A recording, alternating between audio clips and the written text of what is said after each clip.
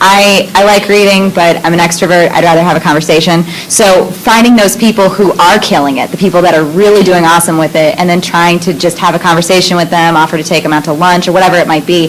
Now, I was having a conversation with our chief marketing officer at Creative Circle earlier today, and he said that he gets multiple emails from people asking to pick his brain about various things. And just, I guess, a bit of advice, he says that he only responds to the ones that are funny. So if something that's engaging or quippy or something like that that shows your personality, he's more inclined to chat. That's not everybody, of course, but find different ways to be able to get in with those people that you really respect and admire, and have an opportunity to pick their brain, and you can learn a ton in a short amount of time. Lisa? And just to add to that, yeah, definitely meeting with people. A great way to do that to get a lot of direct insight is there's so many local things happening all the time with panels and social media club and marketing clubs and all that stuff, and try and go to those. I mean, set like a goal to go to even like one a month, and you'd be surprised how much you learn and be able to talk to people that you might not be able to get for coffee or get for lunch. The other thing that I like to do is I'm a big believer in email like digest. There's a company called Smart Brief, and they do like Smart Brief on social media, Smart Brief on word of mouth marketing. I mean, they've got, I think, like 20 or some different Smart Briefs that you can sign up for, and then you get a daily email that gives you a nice digest of kind of trending articles. It's really easy to review in like 15 minutes. And then the other thing I like to do is, because it's really easy when you're trying to keep up with everything that's trending, is you go to look at stuff and then you click on something else, and then you're like down the rabbit hole and you lost half a day like looking at Twitter. In order to avoid that, like set time limits for yourself, so give yourself an hour a week and set a time limit of, the blog posts that you want to read. And you might not get to everything, but force yourself to move on. Otherwise, you'll miss, finishing school and important things like that. I also want to point out that they did say networking with people, which is what the Elmsville Marketing Club's all about as well. Just saying, you're all here right now. So, fantastic advice. Lisa, if I could press you again, with the role of social media and I guess hiring nowadays, is there any advice or thing you would want to say about how it's changed with the role of social media in finding a job for marketing? Yeah, so I think as echoed with some comments earlier, it's really critical. Your LinkedIn should be completely optimized, and that's another thing of it can take a long time, so you can set a time limit if you don't have your LinkedIn, optimized and up to date. And it's not like that you have to use LinkedIn as a social network, but actually having your resume optimized there. But then also having a blog, I think, depending on what you're doing, it's just a really great place to learn and to show your expertise. And then always being cognizant that everything that you post online, can be admissible in any type of interview and will be looked at. And that includes quote unquote private networks like Facebook. There are a lot of companies that will ask for your logins to especially if you're going into social. I just saw actually a job description for a Taco Bell social strategist, and in the description it says, you must have profiles across all of major social networks, and you'll be asked for your login information, which is a legal thing to do. So just keep that in mind as you post stuff online. Emily, could I ask you? Yeah, absolutely. Absolutely agree with what Lisa had to say. But in addition to kind of setting time limits, there's also setting time to spend time on these channels and to interact with people and to kind of get your thoughts out there.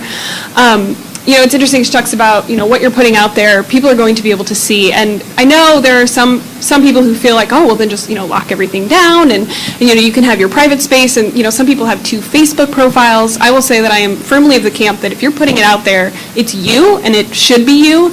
But you also need, do what you would do in public, essentially. So, I think that's really important because for me, if I see somebody's social profile and they're applying for a job to work in that, and sometimes it's not a person, and I like seeing a little bit of personality. I think that's been echoed across the board that people want to work with people, so don't just be kind of spewing things. that are strictly business. I think it's nice to have a little bit of personality, and I think that says a lot about you. And then also using social channels, if you want to work in digital, obviously having that experience and having your ear to the ground on trends in social media. A lot of times that's obviously very tactical, what those are used for, but really being able to show that you're using it and that you're familiar with it is obviously crucial. Go ahead, Amber.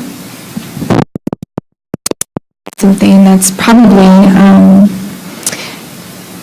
you would think it's common sense, but even your email address, we have so many people that have applied to positions, and when the guy's email address was chocobell69,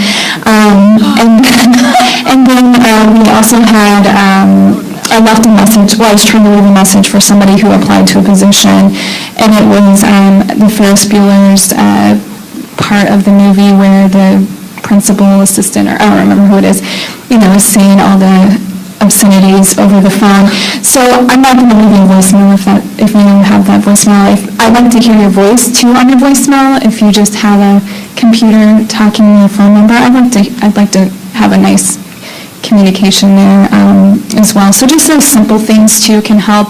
I totally agree with the LinkedIn thing.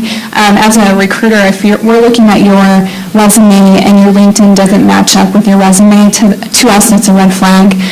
So just making sure those two match. And it's a place where you can add more information. You don't have to have just a one-pager like you would when you're applying to a job. So you can put anything and everything out there. So I would just make sure you talk yourself up, like before when we talked about at the beginning about selling yourself on the job. That's so true, though. I actually have seen that with the emails. It's kind of scary. And one kid actually, at my job, put down Domino's pizza number, so when I called them to offer them a job, I got some guy offering me a meal deal. So just double check your information.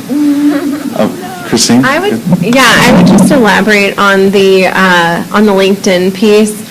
Make sure that you're connected with people you know on LinkedIn as well, and using that platform to kind of look at where do they work. Maybe you've lost touch with someone for a couple of years, but they now work at a company that you're interested in. So, keep in touch with people and connect and build that network on LinkedIn, because in the end, it might lead to you finding, the right job through a connection that you have. So. I'm going to switch off. Matt, could I ask you to describe different types of career paths that you could go through with marketing?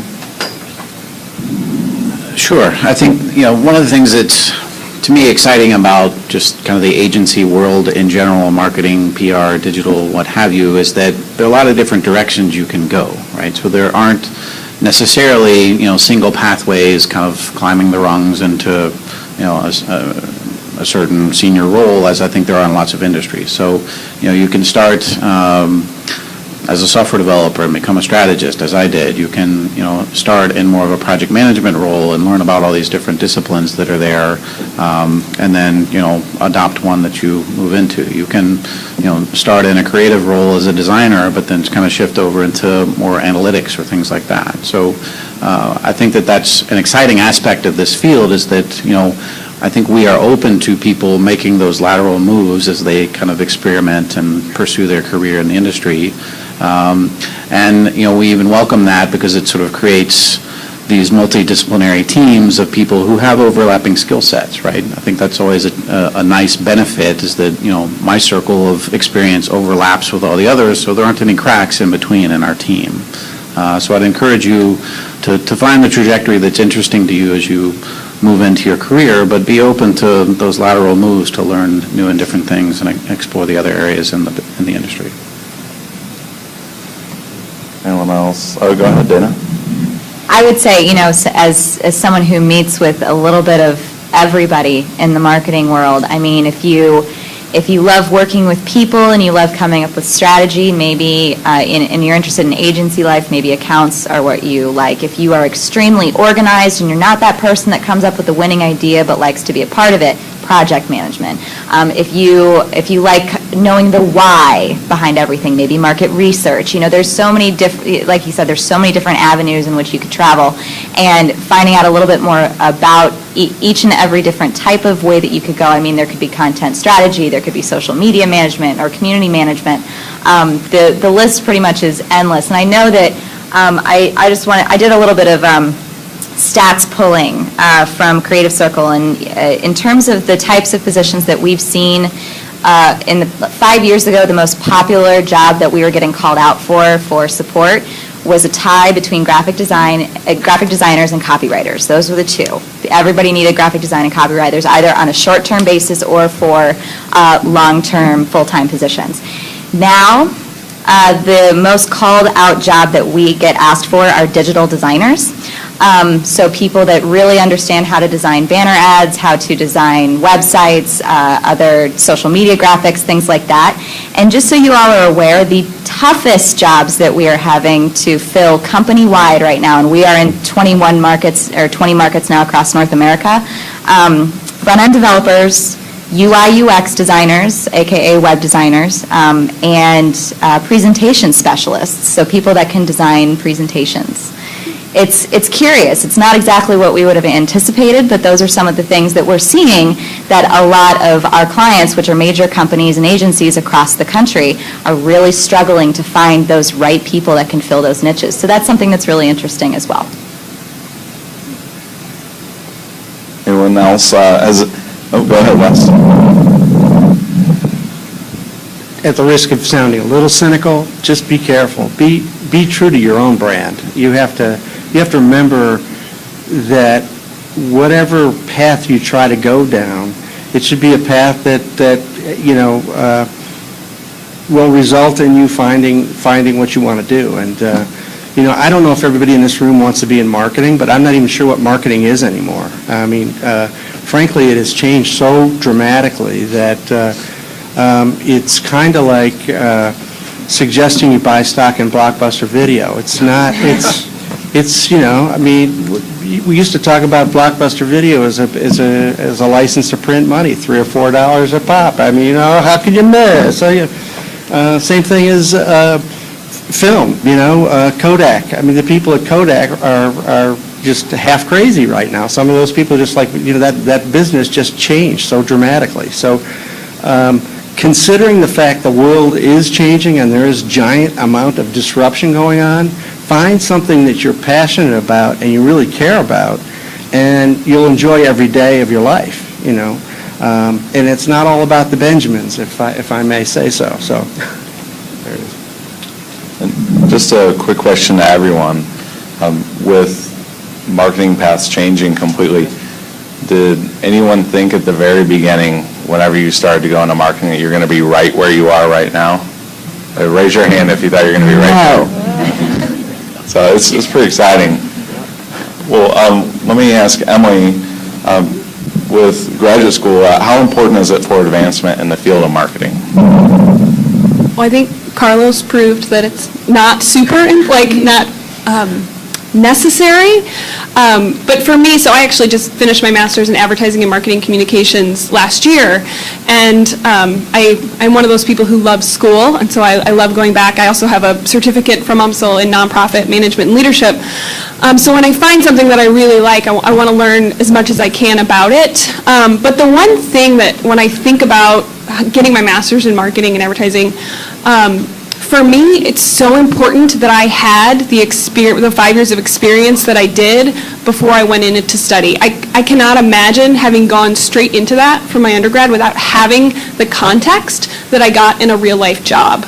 I think I even saw that in a lot of my classmates. The ones who did go kind of straight in, they seemed a little bit lost, honestly, and it was because, and couldn't get as much or contribute as much in a classroom when we're kind of talking about the theories and all those different sorts of things. So my advice about grad school is I think it's great if it's something you look forward to. Obviously, you don't have to have it.